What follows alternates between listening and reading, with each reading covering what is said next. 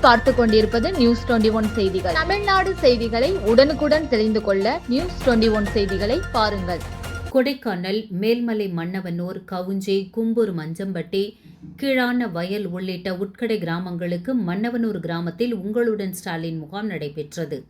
திண்டுக்கல் மாவட்டம் கொடைக்கானல் மேல்மலை மன்னவனூர் மலை கிராமத்தில் உங்களுடன் ஸ்டாலின் முகாம். இந்த முகாமில் பட்டா மாறுதல், ஆதார அட்டை விண்ணப்பித்தல், மகளிர் உரிமைத் தொகை, முதியோர் உரிமைத் தொகை, ரேஷன் கார்டு பெயர் நீக்குதல், சேர்த்தல், மின்சாரம் இணைப்பு பெயர் மாற்றுதல் உள்ளிட்ட பல்வேறு அடிப்படை பிரச்சினைகள் குறித்து மனுக்கள் அளிக்கப்பட்டு தீர்வு காணப்பட்டது.